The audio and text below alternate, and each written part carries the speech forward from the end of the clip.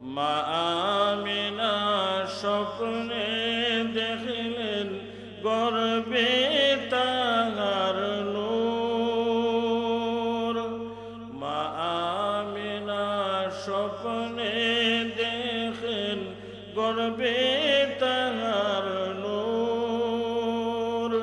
সেই নূরেরই নাম রাখিলেন, সেই নূরেরই নাম রাখিলেন মুহাম্মদ রাসূল নবীজি। আল্লাহ আল্লাহ আল্লাহু লা ইলাহা, মহব্বতে আল্লাহ আল্লাহ।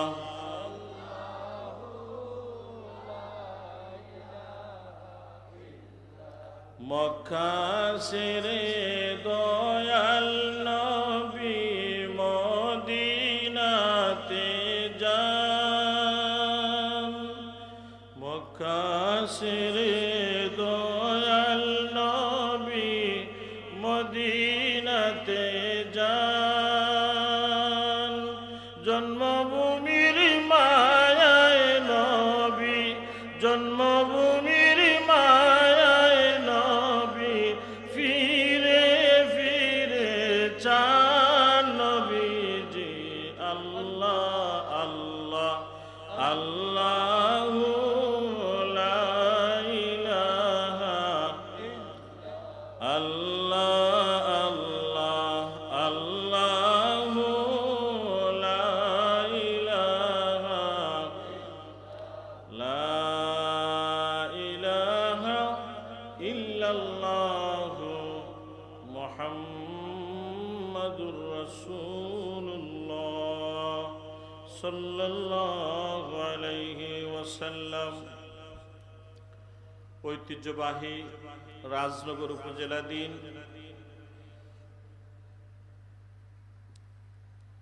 ইসলামপুর পূর্ব সালন ও ইসলামপুর আঞ্চলিক শাখার উদ্যোগে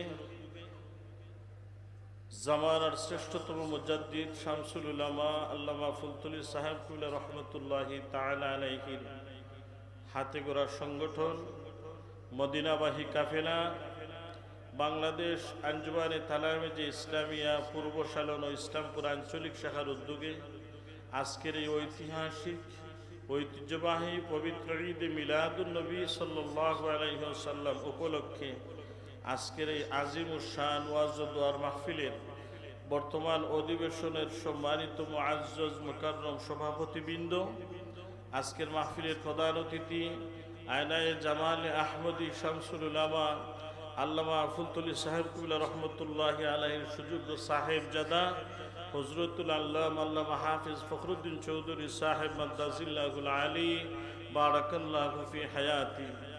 আমার সামনে মাটির শক্ত আসনে আসীন হয়ে বসা পরিচিত মুখগুলা পিতৃতুল্য বাবার বয়সী মুরব্বিয়ানে কেরাম, আমার কলিজার টুকরো যুবক ভাইয়েরা, ছোট্ট ছোট্ট সোনামণিরা, অত্র এলাকার পর্দার অন্তরালে অবস্থানরত শ্রদ্ধেয়া আবেদা জাহেদা সালেহা মা ও বোনেরা, মহিয়ান গরিয়ান মহাপরাক্রমশালী রব্বিকুল জলিলের দরবারে অন্তরের অন্তঃস্থল থেকে শুকরিয়া জ্ঞাপন করি যে আল্লাহ পাক রব্বুল আলামিন অত্র এলাকার শত শত মানুষ থেকে যাচাই বাছাই করে জান্নাতি পরিবেশে জান্নাতের বাগানে আপনাদেরকে আল্লাহ কবুল করেছেন। মহান রবের দরবারে আমরা শুকরিয়া আদায় করি। সবাই উচ্চ আওয়াজে বলি আলহামদুলিল্লাহ, আরো জোরে বলি আলহামদুলিল্লাহ। অনেক মানুষ রাস্তাঘাটে আছেন, ঠিক কিনা? কিন্তু যারা অযথা রাস্তায় আছে তারা হলেন বিবেক শূন্য মানুষ। তাদের বিবেক হচ্ছে ঘুমন্ত, কবে জানি আর জাগ্রত হবে। অত্র এলাকার যুবকদের অক্লান্ত পরিশ্রমের ফসল, মুরব্বিয়ানে কেরামদের সুপরামর্শ, আজকের এই মাহফিল, এটা কিন্তু এত সহজ ছিল না। এই যে বিশাল সামিয়ানা, বিশাল ডেকোরেশন, এগুলা অনেক শ্রম দিতে হয়েছে। যারা রাস্তাঘাটে হাঁটবেন, নাসির বিড়ি খাইবেন, একবারও বিবেকে বাঁধবে না যে জান্নাতের বাগানে একটু বসে আসি, আপনার বিবেকের কাছে এটা আমরা প্রশ্ন রাখলাম। যারা বাড়িতে আছেন, মা বোন যারা দায়িত্বশীল আছেন, পুরো পুরুষদেরকে বাড়িতে বসে থাকতে দিবেন না, তাদেরকে মাহফিলে পাঠান। এই মাহফিল মদিনাওয়ালার ইশকের মাহফিল, ঠিক কিনা? এটা নবীর মহব্বতে আজকের এই আয়োজন। এটা আল্লাহর হাবিব সরওয়ারে কায়নাতের মিলাদে খুশি হয়ে উম্মতে মুহাম্মদের শুকরানা মাহফিল। এটা ঈদে মিলাদুন নবীর মাহফিল। বলুন আলহামদুলিল্লাহ। আচ্ছা, আপনি যদি আপনার আত্মীয় স্বজন যারা আছেন তাদের মধ্য থেকে, নিকট আত্মীয় স্বজনদের মধ্যে কোনো একজন আত্মীয়র জন্য যদি আপনি কিছু করেন, উনি তো কৃতজ্ঞ হবেন না, উনিও জীবদ্দশায় চেষ্টা করবেন অন্তত মারা যাওয়ার আগে আপনি যে ইহসান করছেন যাতে উনি ইহসানের বদলাটা আপনাকে দিতে পারেন। এটা মানুষের স্বভাবগত একটা অভ্যাস। কোন মানুষ যদি মানুষের জন্য কিছু করলে সেই মানুষ মৃত্যুর আগ পর্যন্ত অপেক্ষার প্রহর গণে কখন সুযোগ আসবে তার ইহসানের বদলা দেওয়ার জন্য। আপনি যে দয়াল নবী, রাউফুর রাহিম নবী, রাহমাতাল লিল আলামিনের জন্য এত কষ্ট, এত সামিয়ানা, এত আয়োজন করলেন, আপনি কিভাবে ভাববেন যে আল্লাহর হাবিব আপনাকে এর বদলা দিবেন না? যিনি রাউফুর রাহিম, যিনি রাহমাতাল লিল আলামিন, অবশ্যই অবশ্যই যদি নিয়ত আমাদের সহিহ হয় তাহলে আমরা আল্লাহর হাবিব আমাদেরকে অবশ্যই আল্লাহর হাবিবের কাছে আমাদেরকে জায়গা দিবেন। বলুন ইনশাআল্লাহ। এটা আমাদের বিশ্বাস। রাসূল বিনা কখনো আশিকের প্রাণ বাঁচে না। কিন্তু সাহাবায়ে কেরামদের মতো রাসূলকে আমরা মহব্বত করতে পারি নাই, কখনো সম্ভব হবে না। যারা আশিকে রাসূল, জমিন থেকে যারা বিদায় হয়ে চলে গেছেন, সাধারণ নবীর একজন উম্মতের মতো আমরা এই পর্যায়েও আল্লাহর হাবিবকে মহব্বত করতে পারি নাই। নবীর জন্য যেখানে জীবন দিতে প্রস্তুত ছিলেন লক্ষাধিক সাহাবায়ে কেরাম, আজকে আল্লাহর হাবিবের ইশকের মাহফিলে, ইশকে মুস্তাফার মাহফিলে আপনি উম্মতে মুহাম্মদী কিভাবে বাড়িতে থাকতে পারেন? নিজের জীবনের একটা হিসাব আপনি নিজে মিলাইবেন। মানুষের বিবেক হচ্ছে সর্বোচ্চ আদালত। এই গ্রামে, পূর্ব সালন মহল্লা সহ এই গ্রামে যত পুরুষ মানুষ আছেন সবাই যদি মাহফিলে আসেন তাহলে আমি আশাবাদী এই প্যান্ডেলে জায়গা হবে। কথা বলেন না? হইবনি? হইতো না। প্রিয় হাজিরিন, আমরা আমাদের মূল আলোচনা শুরু করব আল্লাহর কোরআন থেকে এবং আল্লাহর হাবিবের সুন্নাহ থেকে। আল্লাহ তাআলা আমাকে কিছু বলার, আপনাদেরকে কিছু শোনার, আমলের নিয়তে আল্লাহ আমাদেরকে তৌফিক ভিক্ষা দান করেন। সবাই বলুন আমিন। জোরে বলুন আমিন। আমরা আল্লাহর হাবিবের সাহাবায়ে কেরামদের সম্পর্কে মুখতসর আলোচনা করব। আমার পরে যিনি আছেন উনি আল্লাহর হাবিবের ইশকার মহব্বত নিয়েও কিছু আলোচনা করবেন। আর সাহেবজাদা তো উনি তো মিলাদুন নবীর আলোচনা করেই গেছেন। ধারাবাহিক বিষয়ভিত্তিক আলোচনা হবে ইনশাআল্লাহ, যাতে এই আলোচনা থেকে আল্লাহ আমাদেরকে ফায়দাবান হওয়ার তৌফিক ভিক্ষা দান করেন। বলুন আমি। আগে আমি আল্লাহর দরবারে ভিক্ষা চেয়ে নিচ্ছি, যতগুলা কথা বলবো প্রত্যেকটা কথা আল্লাহ যাতে বাস্তব জীবনে আমাকে আমল করার তৌফিক দান করেন। প্রিয় হাজিরিন, সাহাবী আসহাবুর রাসূল যারা, তারা কারা? সাহাবিয়তের দরজা কারা লাভ করলেন? যারা আল্লাহর নবীকে ঈমান ওয়া ইহতিসাবান, যারা আল্লাহর নবীকে ঈমান ওয়া ইহতিসাবান, যারা আল্লাহর হাবিব সরওয়ারে কায়নাতকে ঈমান এবং ইয়াকিনের নজরে যারা দেখছেন, তারা নবীর সাহাবী হয়েছেন। বলুন আলহামদুলিল্লাহ। জোরে বলুন আলহামদুলিল্লাহ। সাহাবী হওয়ার জন্য শর্ত কি? ঈমান এবং ইয়াকিন। ঈমান ওয়া ইহতিসাবান এর মানে হলো যে শুধুমাত্র নবীকে দেখলেই হয় না, ঈমান এবং ইয়াকিন নিয়ে দেখতে হয়। যদি নবীকে দেখা মাত্রই সাহাবী হতেন তাহলে আবুল আহাব, উতবা, সাইবা, ওলীদ ইবনে মুগীরা, তাদের মতো মক্কার বড় বড় যারা জাহেলে মুরক্কব, যারা এত পণ্ডিত হওয়ার পরেও যারা রসুলকে বুঝে নাই, রসুলকে চিনে নাই, তারাও তো আমার রসুলকে দেখেছিল, কিন্তু সাহাবী হতে পারে নাই। আবু জেহেল আল্লাহর হাবিবকে দেখেছিল তার মতো, সিদ্দিক আকবর সরওয়ারে কায়নাতকে দেখেছিলেন সিদ্দিক আকবরের মতো, তাই তিনি হয়েছেন সিদ্দিক আকবর। আর আবু জেহেল রয়েই গেল, সাহাবিয়তের দরজা লাভ করতে পারে নাই, কিন্তু রাসূলকে দেখছে। প্রিয় হাজিরিন, সরওয়ারে কায়নাতকে আল্লাহ আমাদের জন্য রসুল আকরামের উম্মত হওয়ার সৌভাগ্য আল্লাহ আমাদেরকে দান করেছেন। এটাই আমাদের জীবনের সবচেয়ে বড় পাওয়া। না চাওয়ার পরেও আল্লাহ আমাদেরকে উম্মতে মুহাম্মদী বানিয়েছেন। আমরা আল্লাহ দরবারে চাই নাই, কিন্তু আল্লাহ ইহসান করেছেন, উম্মতে মুহাম্মদীর ভিতরে আল্লাহ আমাদেরকে পৃথিবীতে পাঠিয়েছেন। সুবহানাল্লাহ বলবেন না? উম্মতে মুহাম্মদীর কত দাম! আল্লাহ নিজেই বলছেন, কুনতুম খায়রা উম্মাহ উখরিজাত লিন-নাস তা'মুরুনা বিল মা'রুফ ওয়া তানহাউনা আনিল মুনকার। হে উম্মতে মুহাম্মদী, তোমাদের পরিচয় হচ্ছে কুনতুম খায়রা উম্মাহ, তোমরা হচ্ছো বেহতরিন উম্মত, তোমরা হচ্ছো উত্তম উম্মত, তোমরা হচ্ছো কামিয়াবি উম্মত। সুবহানাল্লাহ।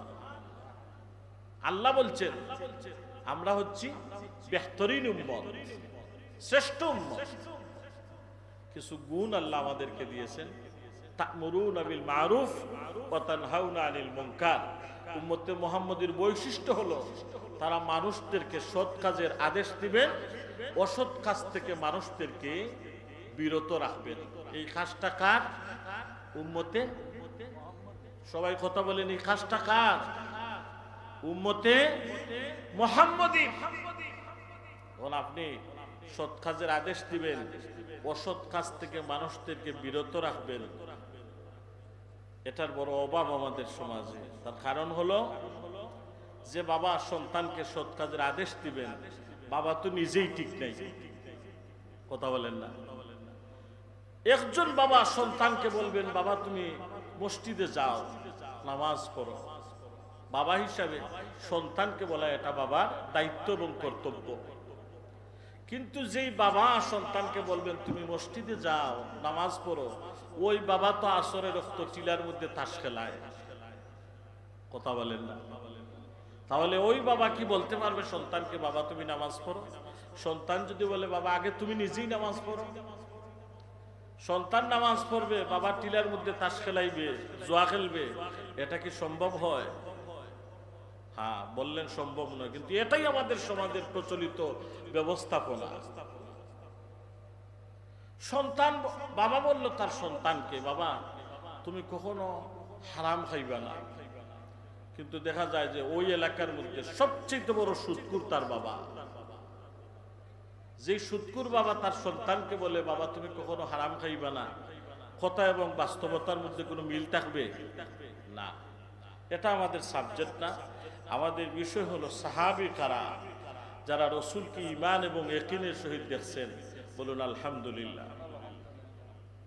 প্রথম সাহাবী যিনি পুরুষদের মধ্য থেকে, তিনি হলেন সিদ্দিক আকবর রাদিয়াল্লাহু তাআলা আনহু, যিনি ছিলেন আমিরুল মুমিনিন, খলিফাতুল মুসলিমিন, মুসলমানদের প্রথম খলিফা যিনি, তিনি ছিলেন আল্লাহর হাবিবের প্রথম সাহাবী। সুবহানাল্লাহ।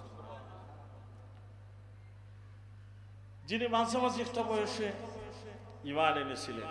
সবচেয়ে কম বয়সে যিনি সাহাবিয়তের দরজা লাভ করেছেন, তিনি হলেন হযরতে আলীউল মুরতাদা রাদিয়াল্লাহু তাআলা আনহু, আল্লাহর হাবিবের চাচাতো ভাই, যিনি শেষে আল্লাহর হাবিবের জামাতা হয়েছিলেন। তিনি হলেন সবচেয়ে কম বয়সের লোকদের থেকে প্রথম সাহাবী। আলী রাদিয়াল্লাহু তাআলা আনহুর সমকক্ষ বয়সে, তখন উনার আগে আর কেউ সাহাবী হতে পারে নাই। সাহাবায়ে কেরাম যারা, তাদের কিছু গুণ, তাদের কিছু বৈশিষ্ট্য সূরাতুল ফাতিহের মধ্যে আল্লাহ জিবরাইল আলাইহিস সালাতু ওয়াস সালামের মাধ্যমে আল্লাহর হাবিবকে জানিয়ে দিয়েছেন। বলুন সুবহানাল্লাহ। সাহাবায়ে কেরামদের গুণ, এগুলো আমরা আলোচনা করব যাতে আমাদের বাস্তব জীবনে আমরা এগুলো আমল করতে পারি।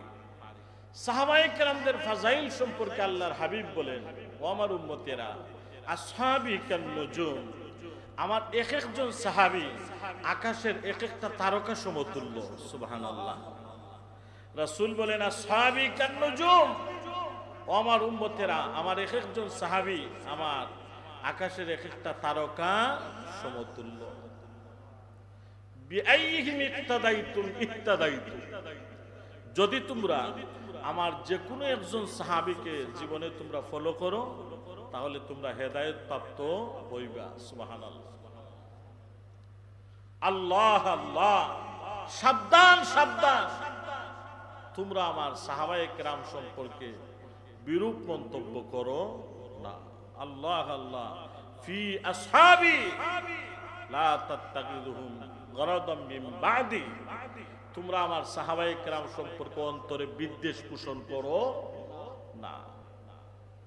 কিন্তু আজকে এই যুগে সাহাবায়ে কেরামদেরকে ভুল প্রমাণিত করার জন্য নবীর কিছু উম্মত দাবিদার উঠে পড়ে তারা লাগছেন, কিন্তু তারা শেষ পর্যন্ত সফল হতে পারবেন না ইনশাআল্লাহ। আল্লাহ যদি কারো বিজয়ের মালা কারো গলায় দিয়ে দেন, ইসলামপুর, শালন, করতল সহ এলাকার সব মানুষ যদি তার পিছনে লাগে, তার কিছুই করতে পারবে না। আল্লাহ যদি কাউকে মহব্বত করেন, সফলতা দান করেন, যেখানে আল্লাহ নিজেই তাদের প্রশংসা করেছেন। বলুন সুবহানাল্লাহ। আল্লাহ সুবহানাহু তাআলা বলেন, মুহাম্মাদুর রাসূলুল্লাহ সাল্লাল্লাহু আলাইহি ওয়াসাল্লাম, আল্লাহর হাবিবের সাহাবায়ে কেরামদের কিছু গুণ আল্লাহ পাক রব্বুল আলামিন এখানে বর্ণনা করেন। ওয়াল্লাযীনা মাআহু আশিদ্দাউ আলাল কুফফার রুহামাউ বাইনাহুম। আল্লাহ সুবহানাহু তাআলা বলেন, হাবিব আমার, বন্ধু আমার, জগতের মানুষদেরকে জানিয়ে দিন সাহাবায়ে কেরামদের প্রথম গুণ হলো ওয়াল্লাযীনা মাআহু আশিদ্দাউ আলাল কুফফার, সাহাবায়ে কেরামরা কাফির, কুফফার, বেদিন, বেঈমানদের ব্যাপারে বড় কঠোর ছিলেন। বলেন সুবহানাল্লাহ। ভিন্ন ধর্মাবলম্বী মানুষদের ব্যাপারে বড় কঠোর ছিলেন। ওয়াল্লাযীনা মাআহু আশিদ্দাউ আলাল কুফফার রুহামাউ বাইনাহুম, সাহাবায়ে কেরাম একজন আরেকজনের প্রতি বড় সহনশীল ছিলেন, সহানুভূতিশীলতার হাত বাড়িয়ে দিতেন। প্রথম একটা কথা হলো আশিদ্দাউ আলাল কুফফার, কাফেরদের ব্যাপারে বড় কঠোর ছিলেন। রুহামাউ বাইনাহুম, একজন আরেকজনের প্রতি বড় সহনশীল ছিলেন। এই কথাটা বর্তমান যুগে কোনো স্বাধীন ব্লগার যদি শুনে, তাহলে মনে মনে এটা এই অর্থ এটা সে ভাবতে পারে যে মনে হয় কাফির, কুফফার, বেদিন, বেঈমান যারা, তাদের সাথে সবসময় সাহাবায়ে কেরামরা বিদ্বেষ পোষণ করতেন। না, এমন না। ভিন্ন ধর্মাবলম্বী মানুষদের সাথে সাহাবায়ে কেরাম কি আচরণ করতেন তাও কুরআনুল কারীমের মধ্যে বর্ণনা আছে। একজন সাহাবী আরেকজন সাহাবীর প্রতি কি আচরণ করতেন তাও আল্লাহর হাবিবের হাদিসের মধ্যে বর্ণনা আছে। সাহাবায়ে কেরামরা কাফির, কুফফার, বেদিন, বেঈমানদের ব্যাপারে কেমন সতর্ক ছিলেন, আজকের এই যুগে একটু চিন্তা করে দেখবেন যে পৃথিবীর মধ্যে সবচাইতে বড় মুসলমানদের শত্রু যারা, ইহুদিবাদ, এবং সেই পশ্চিমা দেশগুলা মুসলমানদের সবচাইতে বড় শত্রু। কিন্তু বিশ্ব ভূমণ্ডলে দেখবেন পৃথিবীর মধ্যে যত আরব কান্ট্রিগুলো আছে, আরব রাষ্ট্রপ্রধানগুলা মুসলমান হয়ে মুসলমানদের ব্যাপারে কঠোরতা অবলম্বন করতেছে, কিন্তু পশ্চিমাদের সাথে তারা সদাচরণ করতেছে, পশ্চিমাদের সাথে তারা অলিঙ্গন করতেছে, ভালোবাসার ভাব বাড়াইতেছে, আর মুসলমান হয়ে মুসলমানদেরকে তারা দূরে সরে দিয়েছে।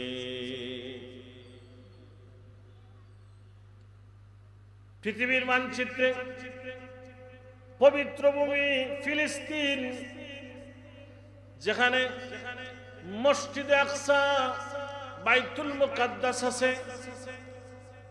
শতাধিক নবী রাসূলরা এই মসজিদের মধ্যে নামাজ পড়েছেন, কিন্তু এই মসজিদ বাইতুল মুকাদ্দাস মুসলমানদের নিদর্শন সমূহের মধ্যে একটা নিদর্শন। আল্লাহর শাহরদের মধ্যে একটা শাহর হলো বাইতুল মুকাদ্দাস, মসজিদে আকসা। এই মসজিদে আকসার দিকে আল্লাহর হাবিব কিবলা বানিয়ে 16 থেকে 17 মাস নামাজ পড়েছিলেন, বলেন সুবহানাল্লাহ। কিন্তু আল্লাহর হাবিব যখন মসজিদে আকসার দিকে নামাজ পড়তেন, মনে মনে একদিন ভাবেন যে আল্লাহ, আমার জন্ম যেই জায়গায় হয়েছে, আমার মিলাদের স্থান, আমার জন্মের স্থান বাইতুল্লাহ, যেখানে খানায়ে কাবা আছে, আল্লাহ যদি আমার কিবলাটাকে পরিবর্তন করে দিতেন, আমি প্রাণ ভরে বাইতুল্লাহর দিকে তাকিয়ে নামাজ পড়তাম। মনে মনে ভাবছেন। আল্লাহ সুবহানাহু ওয়া তাআলা বলেন, জিবরাইল যাও, জলদি করে যাও, আয়াতে কারিমা নিয়ে আমার হাবিবকে জানিয়ে দাও, ফাওয়াল্লি ওয়াজহাকা শাতরাল মসজিদিল হারাম। ইয়া রাসূলুল্লাহ, নবী গো, হাবিব আমার, বন্ধু আমার, ফাওয়াল্লি ওয়াজহাকা শাতরাল মসজিদিল হারাম। ইয়া রাসূলুল্লাহ, মসজিদ আকসার দিকে কিবলা বানিয়ে দীর্ঘদিন নামাজ পড়েছেন। হাবিব আমার মনের মধ্যে তাকাদা ইরাদা ছিল, বাইতুল্লাহর দিকে আপনি নামাজ পড়বেন। নবী যেই অবস্থায় আছেন সেই অবস্থায় বাইতুল্লাহর দিকে আপনি নামাজ পড়েন। সাথে সাথে আল্লাহর হাবিব নামাজের মধ্যে কিবলা পরিবর্তন করলেন। সাহাবায়ে কেরামরা কোনো কিছু বলেন নাই, অটোমেটিকলি সাহাবায়ে কেরামরা কিবলা পরিবর্তন করলেন, বলেন সুবহানাল্লাহ। রাসূল আরবি সাল্লাল্লাহু আলাইহি ওয়াসাল্লামকে এমন ভাবে সাহাবায়ে কেরামরা মহব্বত করতেন, ইয়াকিন করতেন, বিশ্বাস করতেন। রাসূল ঘুরছেন, কিছু বলেন নাই। সাহাবায়ে কেরামরা নিজেই ঘুরে গেছেন, কিন্তু নামাজের মধ্যখানে আজও মসজিদে, আজও যারা মদিনাতুল মুনাওয়ারায় যান, দেখতে পাবেন একটা মসজিদ আছে, মসজিদের নাম হলো যুলকিবলাতাইন, দুই কিবলার মসজিদ। এই জায়গায় জিবরাইল আয়াতে কারিমা নিয়ে এসেছিলেন, আর আল্লাহর হাবিব সরওয়ারে কায়নাত 4 রাকাত বিশিষ্ট নামাজের মধ্যে 2 রাকাতের পরে আবার 2 রাকাত বাইতুল্লাহর দিকে তাকিয়ে পড়ছেন। মসজিদের ওদিকেও কিবলা আছে, ওদিকেও কিবলা আছে, বলেন সুবহানাল্লাহ। মসজিদে যুলকিবলাতাইন। আল্লাহর হাবিব সরওয়ারে কায়নাত মুহাম্মদুর রাসূলুল্লাহ সাল্লাল্লাহু আলাইহি ওয়াসাল্লামের সাহাবায়ে কেরামরা আল্লাহর হাবিবকে মহব্বত করতেন।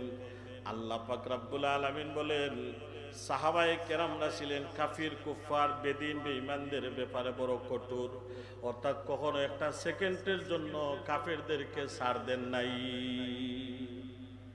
মুহূর্তের জন্য তাদেরকে ছাড় দেন নাই। কারণ তারা হলো মুসলমানদের চরম শত্রু। আজকে মুসলমান তাদেরকে মিত্র ভাবছে, মুসলমান তাদেরকে বন্ধু বানিয়েছে। মুসলমান হয়ে মুসলমানদেরকে আজকে লাঞ্ছিত, বঞ্চিত, অপমানিত করতেছে। আজকে সেই ফিলিস্তিন জনমানবহীন শূন্য এলাকা, যেখানে আর একটা মানুষও বেঁচে নাই, সবগুলা মানুষকে বছরের পর বছর তারা কামান দিয়ে আর গোলা বারুদ দিয়ে মানুষদের রক্ত, হাড্ডি, গুস্ত সেই বারুদের আঘাতে খান খান হয়ে যাচ্ছে। আরব দেশগুলা তাকিয়ে দেখছে। আল্লাহর হাবিব সরওয়ারে কায়নাতকে আল্লাহ জানিয়ে দিলেন, নবী গো, আপনার সাহাবায়ে কেরামদের অভ্যাস হলো, আদত হলো, তাদের গুণ হলো কাফেরদের ব্যাপারে তারা বড় কঠোর ছিলেন, আর রুহামা ও বাইনাহুম তারা মুসলমান হিসেবে মুসলমানদের ব্যাপারে বড় সহনশীল ছিলেন। কিন্তু আজকে বাইয়ে বাইয়ে মিল নাই। একজন ভাই এমন ভাবে বাউন্ডারি দিছে যাতে মরার আগ পর্যন্ত ভাইয়ের মুখ না দেখে, বলেন নাউজুবিল্লাহ।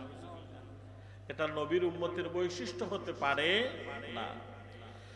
সাহাবায়ে কেরামদেরকে দুই ভাগে বিভক্ত করা হলো। কিছু সাহাবী হলেন মুহাজির, কিছু সাহাবী হলেন আনসার। আল্লাহ পাক রব্বুল আলামিন দুই দাগে সাহাবায়ে কেরামদের সম্পর্কে আল্লাহ প্রশংসা করছেন। কুরআনুল কারীমের মধ্যে আল্লাহ বলেন, ওয়াস-সাবিকুনাল আউয়ালুনা ওয়াস-সাবিকুনাল আউয়ালুনা মিনাল মুহাজিরিনা ওয়াল আনসার।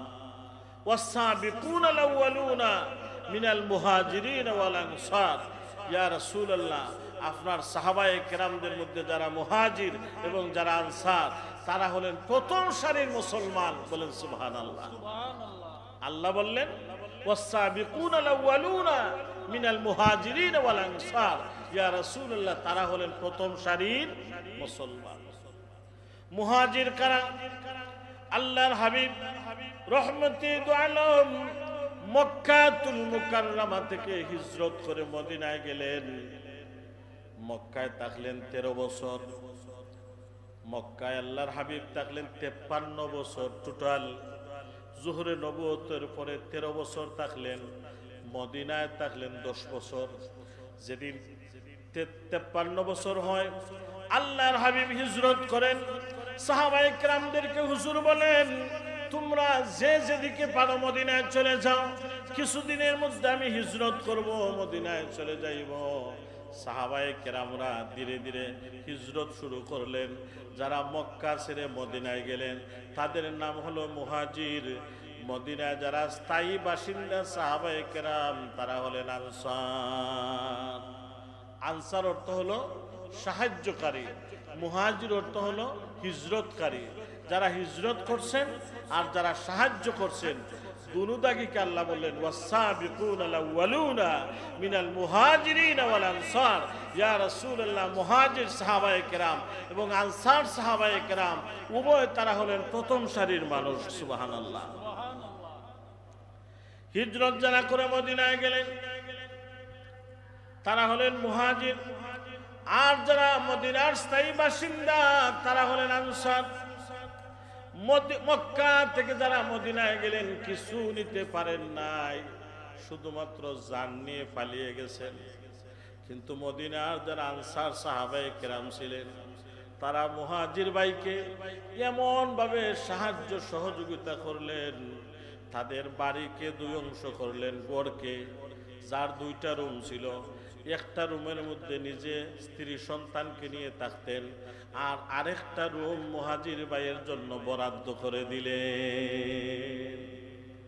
সুবহানাল্লাহ বলবেন না? হ্যাঁ, কুটুম যদি খালি 3 দিন যদি বাড়িতে থাকি যায় আপনারা আর খেয়ে পায়। হ্যাঁ,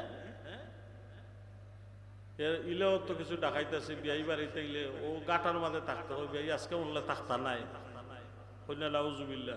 গরু হয়ে যাবে, টাকা পাইছে না, থাকবো কি না থাকবো, তোরও তো জ্বালা লাগছে এখানে, অর্থাৎ এইটা মান্য নিতে পারেন না।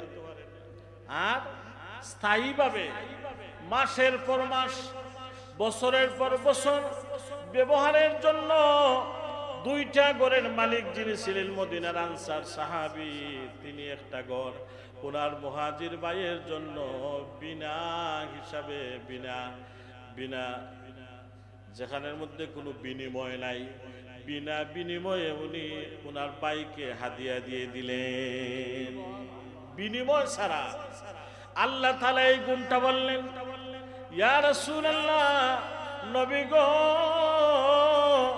আপনার সাহাবায়ে কেরাম যারা তাদের দ্বিতীয় গুণ হলো রুহামা ও বাইনাহুম, তারা একজন আরেকজনের প্রতি তারা ছিলেন সহনশীল। ও মুসলমান, সাহাবায়ে কেরামদের জীবন থেকে শিক্ষা গ্রহণ করেন, একজন মুসলমান হয়ে আরেকজন মুসলমানের কিভাবে ক্ষতি সাধন করেন, কিভাবে একজন মুসলমান আরেকজন মুসলমানের ক্ষতি সাধন করে। দেখবেন মুসলমানের কাজ হলো একজন আরেকজনের পিছনে সিংলা ঢুকানি। তুমি যার পিছনে সিংলা ঢুকাই রায় উপরে একজন আসন জানি, এই তোমার লাগে আক্কাওয়ালা বৌরা বাস রেডি করবা মাতন্যা। আর দুনিয়া দারুল মুকাফা, দুনিয়াটা হলো বদলার জায়গা। একজনের অনিষ্ট সাধন করার জন্য রাত দিন 24 ঘন্টা তুমি পরিশ্রম করতেছো, আল্লাহ তাআলা একজন তো নিজেই দেখতেছেন। তুমি যার ক্ষতি সাধন করার চেষ্টা করতেছো, হঠাৎ শুনবেন আল্লাহ তোমার বড় একটা ক্ষতি সাধন করে দিয়েছেন। ওয়ামাকারু ওয়ামাকারাল্লাহ ওয়াল্লাহু খায়রুল মাকিরিন। তুমি যাই চিন্তা ভাবনা করো, যতই তুমি তন্ত্রমন্ত্র করো, যতই তুমি কুচক্র মহল তৈরি করো, কিন্তু এর চাইতে আল্লাহ আরো ভালো জ্ঞান রাখেন। বলেন সুবহানাল্লাহ। তারাহুম রুকআন, সাহাবায়ে কেরামরা হলেন রুকুকারী। সুজদা, সাহাবায়ে কেরামরা হলেন সেজদাকারী। সাহাবায়ে কেরামদের গুণ হলো তারা হলেন রুকুকারী, তারা হলেন সেজদাকারী। এর অর্থ হলো তারা ছিলেন নামাজি। কথা বলেন না? কোন সাহাবী বেনামাজি ছিলেন না। এমন কোন একজন সাহাবী নাই যার জীবন থেকে একটা ওয়াক্ত নামাজ চলে গেছে, এমন কোন সাহাবী নাই তিনি নামাজ ছাড়ছেন। প্রায় 200 বছর পর্যন্ত, খেয়াল করেন, প্রায় 200 বছর পর্যন্ত এই সমাজে নামাজ ছাড়াটা ছিল কঠিন একটা অপরাধ। বেনামাজিদের সাথে কোন পরিবার বিবাহ বন্ধনে আবদ্ধ হতো না, আত্মীয়তার কোনো সম্পর্ক মানুষ করত না। 1500 বছর পর্যন্ত আজকে এই কথার প্রভাব জমিনে এখনো আছে। বিবাহ শাদীর ক্ষেত্রে মানুষ একটু খুঁজে যে ওই পরিবারটা ধার্মিক কিনা, নামাজি কিনা, খুঁজে কিনা। যদিও এটা আমরা সফল হতে পারি নাই, কিন্তু এই কথার প্রচলন এখনো সমাজের মধ্যে আছে। ইসলামের প্রথম যুগে প্রায় 600 বছর, 200 বছর কোনো মানুষ নামাজ ছাড়ত না। আল্লাহ সুবহানাহু ওয়া তাআলা বলেন তারা হলেন রুকআন, তারা হলেন সুজদা। সাহাবায়ে কেরামরা রুকুকারী এবং নামাজ সেজদাকারী। উম্মতে মুহাম্মাদি মুসলমান দাবিদার, নামাজের দ্বারে কাছেও তোমার কোনো পরিচয় নাই। মসজিদগুলোর মধ্যে দেখবেন শুধু ইমাম আর মুয়াজ্জিন, অথবা অনেক মসজিদে দেখবেন মুয়াজ্জিন নাই, শুধুমাত্র ইমাম। ওই মহল্লার মানুষ আল্লাহর আদালতে জবাব দেওয়ার জন্য প্রস্তুত হয়ে যান। আল্লাহর আদালতে জবাব দেওয়ার জন্য প্রস্তুত হয়ে যান। যখন বাৎসরিক কমিটি নবায়ন হয়, তখন দেখবা কোটার গুলো মজুর যোগ্য আছে, ও গইদিন পাঞ্জাবিন জেবি লাগাইয়া ক্লিন শেপ বইলে আইছে সেক্রেটারি হইতো। বলে সেক্রেটারি হইয়া কি তাহলে মরতে নি, এটা আগুন। বলে সেক্রেটারি হইলে মুসফর উতিল দিয়ে টেংরা বাজার গিয়া হইতে পারবো আমি অমুক মসজিদের সেক্রেটারি, আমি অমুক মসজিদের সভাপতি।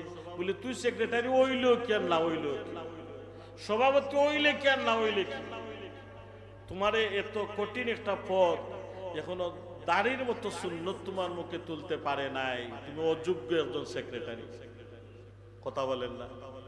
যোগ্য না অযোগ্য? অযোগ্য। যে মুরব্বীর মধ্যে ইনসাফ নাই উনি হলেন অযোগ্য মুরব্বী, তার বিচার করার মতো কোনো যোগ্যতাই নাই। কিন্তু তাদের বাজারে বড় দাম, 1500 টাকা 2000 টাকা ও শয়তানগুলোরে মাইছে আনে। তারা ছিলেন রুকুকারী, তারা ছিলেন সেজদাকারী। আল্লাহর হাবিব সরওয়ারে কায়নাত মুহাম্মদুর রাসূলুল্লাহ সাল্লাল্লাহু আলাইহি ওয়াসাল্লামের সাহাবী যারা, তাদের প্রধান গুণ হলো আশিদ্দা ওয়া আলাল কুফার, তারা ছিলেন কাফির কুফফার বেদিন বেঈমানদের ব্যাপারে বড় কঠোর। রুহামাউ বাইনাহুম, তারা ছিলেন রুকুকারী, তারা ছিলেন সহানুভূতিশীল। রুকআন সুজ্জাদা, তারা ছিলেন সেজদাকারী, তারা ছিলেন রুকুকারী। ও মুসলমান আল্লাহর গোলাম, এত কিছু নফল ইবাদত বন্দেগীর আয়োজন, কিন্তু দেখা যায় অনেক মানুষ এশার নামাজ পড়ে নাই, শেষে আবার ফজরের নামাজ পড়ে নাই। সবগুলো আয়োজন বিয়োজন হয়ে যাবে, বেতা হয়ে যাবে যদি তোমার জীবনে নামাজের মতো কঠিন একটা কাজ তোমার কাছে না থাকে। নামাজ কেন কঠিন বললাম? নামাজ আল্লাহ নিজেই বলছেন এটা কঠিন কাজ। নামাজ যে একটা কঠিন কাজ, এটা আল্লাহ নিজেই বলছেন। আল্লাহ সুবহানাহু ওয়া তাআলা বলেন, ওয়া ইন্নাহা লাকাবীরাতুন ইল্লা আলাল খাশিঈন, অবশ্যই নামাজ একটা ভারী জিনিস, নামাজ একটা কঠিন জিনিস। আল্লাহ নিজেই বলছেন নামাজ সবার জন্য সহজ নয়। নামাজ সবার জন্য সহজ নয়, সবার কিসমতে নামাজ নাই। দেখবেন রেডি হয়ে মসজিদের দিকে আসছে, মাঝখানে কঠিন একটা বিপদ পড়ছে, আর নামাজও আসতে পারে নাই। দেখবেন নামাজ কি হয়েছে, বিপদ তার দিকে আগাই আইতেছে, শেষ পর্যন্ত নামাজ নিজেও চাইরা দিছে। জিজ্ঞা করলা কিন্তু কতদিন এগলে বা কোন দিকে আও না, নামাজে আমার হাজে না, কইনা নাউজুবিল্লাহ। আল্লাহ তাআলা নিজেই বলেন, ওয়া ইন্নাহা লাকাবীরাতুন ইল্লা আলাল খাশিঈন, নামাজ অবশ্যই একটা ভারী জিনিস, নামাজ একটা কঠিন জিনিস, কিন্তু তাদের জন্য না। আল্লাহ পরের আয়াতের মধ্যে বলেন কাদের জন্য না, আল্লাযীনা ইয়াযুন্নুনা আন্নাহুম মুলাকু রাব্বিহিম ওয়া আন্নাহুম ইলাইহি রাজিউন। নামাজ তাদের জন্য বাড়ি না যারা মনে মনে এটা বিশ্বাস রাখে আর ইয়াকিন করে। আল্লাযীনা ইয়াযুন্নুনা আন্নাহুম মুলাকু রাব্বিহিম, আজ হোক আর কাল হোক অবশ্যই আমাকে আমার রবের সামনে দণ্ডায়মান হতে হবে, আল্লাহর সাথে আমার মুলাকাত হতে হবে। আমি আল্লাহর গোলাম, আমার মালিকের দরবারে আমাকে আবার ফিরে যেতে হবে। আল্লাহ নিজেই বলেন যে তাদের জন্য নামাজ কঠিন কোনো বিষয় না। আল্লাযীনা ইয়াযুন্নুনা আন্নাহুম মুলাকু রাব্বিহিম ওয়া আন্নাহুম ইলাইহি রাজিউন, যে মুসলমান সেটা মনে করে যে অবশ্যই আমাকে আমার রবের সাথে মুলাকাত করতেই হবে। মালিকের দুয়ার ছাড়া আমাদের আর যাওয়ার কোনো জায়গা আসেনি। কথা বলেন আসেনি? আমরা যারা আজকে মধ্য বয়সে এসে পৌঁছে গেছি, যারা বার্ধক্য উপনীত হয়ে গেছেন, মনে মনে সিদ্ধান্ত নেন ধীরে ধীরে ধাপে ধাপে মরণের দিকে আমরা আগাইতে আছি, ঠিক কিনা? আজ হোক কাল হোক মালিকের সামনে আমাকে দণ্ডায়মান হতে হবে। অর্থাৎ আল্লাহ জিজ্ঞাসিত না করে কোনো মানুষদেরকে আল্লাহ কখনো ছেড়ে দিবেন না। আফাহাসিবতুম আন্নামা খালাকনাকুম আবাসা, আল্লাহ বলেন তোমরা কি তা ভাবো যে আমি আল্লাহ তোমাদেরকে এমনি এমনিতে ছেড়ে দিব? আল্লাহ তো এমনি এমনিতে আমাদেরকে বানান নাই। আল্লাহ নিজেই বলেন, ওয়ামা খালাকতুল জিন্না ওয়াল ইনসা ইল্লা লিয়াবুদুন, আমি আল্লাহ জিন এবং ইনসানকে আমার ইবাদতের জন্য সৃষ্টি করেছি, ইবাদতের জন্য সৃষ্টি করেছি। সাহাবায়ে কেরামরা কতটুকু ছিলেন নামাজের প্রতি সতর্ক। আলীউল মুরতাদা রাদিয়াল্লাহু তাআলা আনহু, আল্লাহর হাবিবের সফর সঙ্গী হযরত আলী রাদিয়াল্লাহু তাআলা আনহু, আল্লাহর হাবিবের সফর সঙ্গী, যিনি সফর সঙ্গী হয়ে সফর করতেছেন। প্রতিমধ্যে আল্লাহর হাবিব বিশ্রাম নেওয়ার জন্য একটা জায়গায় দাঁড়িয়ে গেলেন। আলী রাদিয়াল্লাহু তাআলা আনহু বসে আছেন। আলী রাদিয়াল্লাহু তাআলা আনহুর উরুর মধ্যে, রানের মধ্যে আল্লাহর হাবিব মাথা মুবারক রাখলেন। তন্দ্রা থেকে নিদ্রা চলে আসলো, আল্লাহর হাবিব ঘুমিয়ে গেলেন। সরওয়ারে কায়নাত ঘুমাইলেন, রহমতে দো আলম ঘুমাইলে। আল্লাহর হাবিবের ঘুম উম্মতের ঘুমের মতো না, কারণ নবী ঘুমাইলে নবীর ওযু যায় না। সুবহানাল্লাহ বলবেন না? আপনি আইটটা গেলে কতবার বাতাস বাড়ায়, খালি কিঞ্চিত পরিমাণ বাতাস বাড়াই গেলে ওযু শেষ। কিন্তু আল্লাহর হাবিব ঘুমাইলে ওযু যায় না। মুহাম্মদুর রাসূলুল্লাহ সাল্লাল্লাহু আলাইহি ওয়াসাল্লামের সাহাবী সফর সঙ্গী আলী রাদিয়াল্লাহু তাআলা আনহু, আল্লাহর হাবিব আরাম করলেন, ঘুমিয়ে গেলেন। কিন্তু আলী রাদিয়াল্লাহু তাআলা আনহু সতর্ক, যাতে নবীর ঘুমের মধ্যে কখনো ডিস্টার্ব না হয়, নবীকে জাগান নাই। এমন সময় দেখলেন আসরের নামাজের ওয়াক্ত হয়ে গেছে, তারপরেও আলী রাদিয়াল্লাহু তাআলা আনহু জাগান নাই। পশ্চিম দিগন্তে তাকিয়ে দেখেন সূর্য ডুবে যাচ্ছে, এমন একটা মুহূর্ত চলে আসছে। আলী রাদিয়াল্লাহু তাআলা আনহুর চক্ষু থেকে অনবরত পানি চলে এসেছে মনের অজান্তে।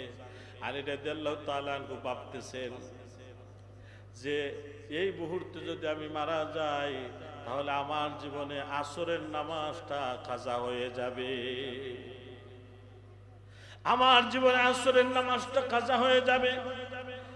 মনের অজান্তে চক্ষু থেকে পানি চলে এসেছে। আল্লাহর হাবিবের চেহারা আনোয়ারের মধ্যে পানির একটা ফোঁটা পড়েছে। আল্লাহর হাবিব ঘুম থেকে জাগ্রত হয়েছেন। আলী রাদিয়াল্লাহু তাআলা আনহুর দিকে তাকিয়ে দেখেন হযরতে আলী ছোট্ট একটা শিশুর মতো জয়দরায় কাঁদতেছে। দেখেন সাহাবায়ে কেরামদের ঈমান আর নবীর উম্মতের ঈমান। হুজুর বললেন আলী কাঁদো কেন? আলী রাদিয়াল্লাহু তাআলা আনহু বললেন নবীজি গো, পশ্চিম দিগন্তে তাকিয়ে দেখেন সূর্য অস্ত হয়ে যাচ্ছে, কিন্তু আসরের নামাজ পড়ি নাই, মনের মধ্যে আগুনের মতো জ্বলতেছে। হুজুর মুস্কি এসে বললেন আলী চিন্তা করো না, কারণ তোমার সাথে যিনি আছেন তিনি হলেন রাহমাতাল লিল আলামিন। জোরে বলেন সুবহানাল্লাহ। সুবহানাল্লাহ। হুজুর বললেন আলী চিন্তা করো না, টেনশন করো না। আল্লাহর হাবিব সরওয়ারে কায়নাত পশ্চিম দিগন্তে তাকালেন, শাহাদাত আঙ্গুল দিয়ে ইশারা করলেন। নবী বুঝাইতে চাইলেন সূর্য তুমি যদিও ডুবে যাও, কিন্তু আবার তুমি উদয় হও। আমার আলী আসরের নামাজ পড়েন নাই। আল্লাহর হাবিবের শাহাদাত আঙ্গুলের ইশারা, এটা চন্দ্র, এটা সূর্য কি শুনবে? অবশ্যই শুনবে। সাআতিস শাজারু নাতাকাল হাজারু শুকাল কামারু লিইশারাতিহি। সাআতিস শাজার, নবী যখন রাস্তা দিয়ে হাঁটতেন আল্লাহর হাবিব গাছগুলো আল্লাহর হাবিবকে সালাম দিত। বলেন সুবহানাল্লাহ। আল্লাহর হাবিবের কথা গাছগুলো শুনতো। নাতাকাল হাজার, পাথরগুলো আল্লাহর হাবিবের কদমে এসে লুটে পড়তো। শুকাল কামার, আল্লাহর হাবিব যদি চন্দ্রের দিকে ইশারা করতেন, সাথে সাথে চন্দ্র দুভাগ হয়ে দুইটা পাহাড়ের মধ্যে পড়ে গেল। সুবহানাল্লাহ। সেই নবী পশ্চিম দিগন্তে সূর্যকে বললেন সূর্য উঠে যাও, অন্ততপক্ষে আসরের ওয়াক্ত পর্যন্ত উঠে যাও, যাতে আমার আলী নামাজ পড়তে পারে। সূর্য উঠে গেল কতটুকু পর্যন্ত? আসরের ওয়াক্ত পর্যন্ত। হুজুর আর আলী রাদিয়াল্লাহু তাআলা আনহু নামাজ পড়লেন। আল্লাহ তাআলা বলেন ইয়া রাসূলুল্লাহ, হাবিব আমার, বন্ধু আমার, সাহাবায়ে কেরামদের গুণ হলো রুকআন সুজদা, তারা হলেন রুকুকারী, তারা হলেন সেজদাকারী। তারা কখনো রুকু ছাড়েন নাই, কখনো সেজদা ছাড়েন নাই। এর অর্থ হলো তারা কখনো নামাজ ছাড়েন নাই। এটা সাহাবায়ে কেরামদের গুণ।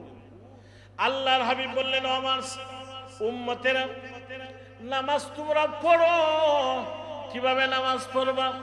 সল্লু কামা রাআইতুমুনি উসাল্লি, নামাজ পড়ো আমি নবীকে যেইভাবে নামাজ পড়তে তোমরা দেখছো। বলেন না সুবহানাল্লাহ। তাহলে নবীকে খেয়ে দেখছেন? নবীর পিছনে কারা নামাজ পড়ছেন? নবীর পিছনে যারা নামাজ পড়ছেন তারা হলেন সাহাবী, ঠিক কিনা? সাহাবায়ে কেরামরা নবীর পিছনে নামাজ পড়ছেন, সাহাবায়ে কেরামদের পিছনে কারা নামাজ পড়ছেন, তাবিঈনদের পিছনে কারা নামাজ পড়ছেন, তবে তাবিঈনরা তাদের পিছনে কারা নামাজ পড়ছেন, আইম্মে মুজতাহিদিনদের পিছনে কারা নামাজ পড়ছেন, উলামায়ে কেরাম, উলামা মাশায়েখ যারা, বুজুর্গ ব্যক্তি যারা, তারা আইম্মে মুজতাহিদিনদের পিছনে নামাজ পড়ছেন। অর্থাৎ আল্লাহর হাবিবের রেখে দেওয়া ইসলাম নামাজের এই পদ্ধতি আজ পর্যন্ত রদবদল হয় নাই। বলেন সুবহানাল্লাহ। একজন মানুষ বুকের মধ্যে হাত বাঁধতেই পারে, একজন মানুষ জুড়ে আমিন বলতেই পারে, যদিও এটা মাযহাবের বিষয়, কিন্তু যিনি হানাফি মাযহাব অনুসরণ করবেন তিনি কখনো বুকের উপরে হাত বাঁধতে পারেন নাই, জুড়ে আমিন বলতে পারবেন না। কিন্তু আমাদের মুসলমানরা দেখা দেখি অনেক আমল আমরা করি, হগু জুড়ে আমিন হয়েছে তাহলে আমিও একটা মারি দেই, বুঝছেন না, লাগাগো যেমনি আমিন হয়েছে ও একটা মারিচ্ছে বলে আমরা গাঁও আমিন ইগু জুড়ে খেনে কয় বলে এগু টিভির দেখছে, কয় দেখছে মাতন না, টিভির দেখছে। আচ্ছা যেগু বিদেশ গেছে না দেশটাকে দলিল দেয় বলে আমিন এটা বড় বড় শায়েখ হলে জুড়ে কয়, এগু জীবনে আব্দুর রাজ্জাক বিন ইউসুফে দেখছেনি আর হাজী ইব্রাহিমরে দেখছেনি বলে দেখছে কয় বলে টিভি, তার দলিল কোনানো বলে তার দলিল হইল টিভি, বলে ওটা লইও তুই যা। মুমিন মুসলমান আজ পর্যন্ত নামাজের মধ্যে কোনো পরিবর্তন আনে নাই, যদিও এই যুগে মানুষ নামাজ নিয়ে ফিতনা শুরু করতেছে, কিন্তু ফজরের 4 ওয়াক্ত নামাজ 4 রাকাত নামাজ 6 রাকাত বানাইতে পারে নাই, ঠিক কি না? পারছেনি? ফজরের 4 রাকাত নামাজ 6 রাকাত বানাইতে পারে নাই, যোহরের 12 রাকাত নামাজ 14 রাকাত বানাইতে পারে নাই, আসরের 8 রাকাত নামাজ 22 রাকাত বানাইতে পারে নাই, মাগরিবের 7 রাকাত নামাজ 17 রাকাত বানাইতে পারে নাই। কিন্তু এ যুগে এখন শুরু হয়ে গেছে বিতরের নামাজ, এটা 3 রাকাত পড়বে না 1 রাকাত পড়বে, এটা নিয়েও মায়ের শুরু হয়ে গেছে। বলেন নাউজুবিল্লাহ।